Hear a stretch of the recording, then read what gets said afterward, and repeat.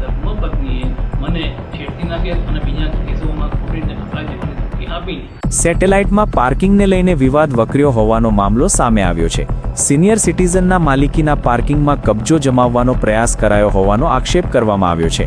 વિરોધ કરતા મામલો બોલાચાલીથી મારામારી સુધી પહોંચ્યો હોવાનો દાવો સાથે જ છેડતીના કેસમાં ફસાવવાની પણ ધમકી મળી હોવાના આક્ષેપ। મારું નામ નિલેશ કુમાર સરૈયા છે। હું સેટેલાઇટ વિસ્તારમાં સિટી એન્ક્લેવ સોસાયટીમાં રહું છું। એમાં મારો A301 નંબરનો ફ્લેટ મારી પોતાની માલિકીનો આવેલો છે અને આ મીડિયાના માર્ગથી મારી સાથે ઘટના બની છે તે હું જણાવવા માગું છું। મારું સિટી એન્ક્લેવ સોસાયટીમાં મારું કાર પાર્કિંગ મારી પોતાની માલિકીમાં આવેલું છે અને તે માલિકીના કાર પાર્કિંગને સૌરભભાઈ શાહ કે તેઓ A401માં રહે છે તેઓ બળદરિયામાંથી ધાક ધમકીથી મને ધમકી આપીને મારી કને પાર્કિંગ પડાવી લેવાની વૃત્તિ ધરાવે છે, પણ હું એમની ધમકીને વશ થતો ન હોવાને તેમને મારા સાથે મારામારી કરી તેમના પર ધર્મપત્નીએ મને છેડતીના કેસ અને બીજા કેસોમાં ખોટી રીતે ફસાઈ દેવાની ધમકી આપીને આથી હું 3/8/2026ના રોજ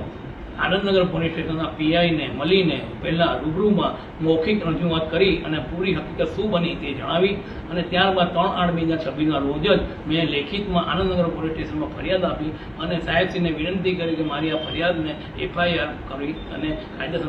પગલાં લ્યો પણ અને ત્યાર પછી મને 4 થી 5 વાર સિનિયર સિટીઝન હોવા ઉપરાંત હું 62 વર્ષનો હોવાથી છતાં મને વારંવાર 5 થી 6 વાર પોલીસ સ્ટેશને બોલાયા પણ મારી વિનંતીને ધ્યાનમાં લીધા વગર સાહેબને ફક્ત સમાધાન કરવામાં રસ હોવા છતાં એટલે મેં સાહેબની મને સમાધાન કરવામાં કોઈ વાંધો નથી, પણ મેં સાહેબશ્રીને કીધું કે ભવિષ્ય મારી સાથે મારામારીનો અથવા તો છેડતીનો બનાવ બને અને મારો ખોટા કેસ મારી પ્રતિષ્ઠાને હાનિ પહોંચે તે માટે આપ મારી ફરિયાદને FIR કરી અમને કાયદેસરમાં કડક પગલાં લેવાનો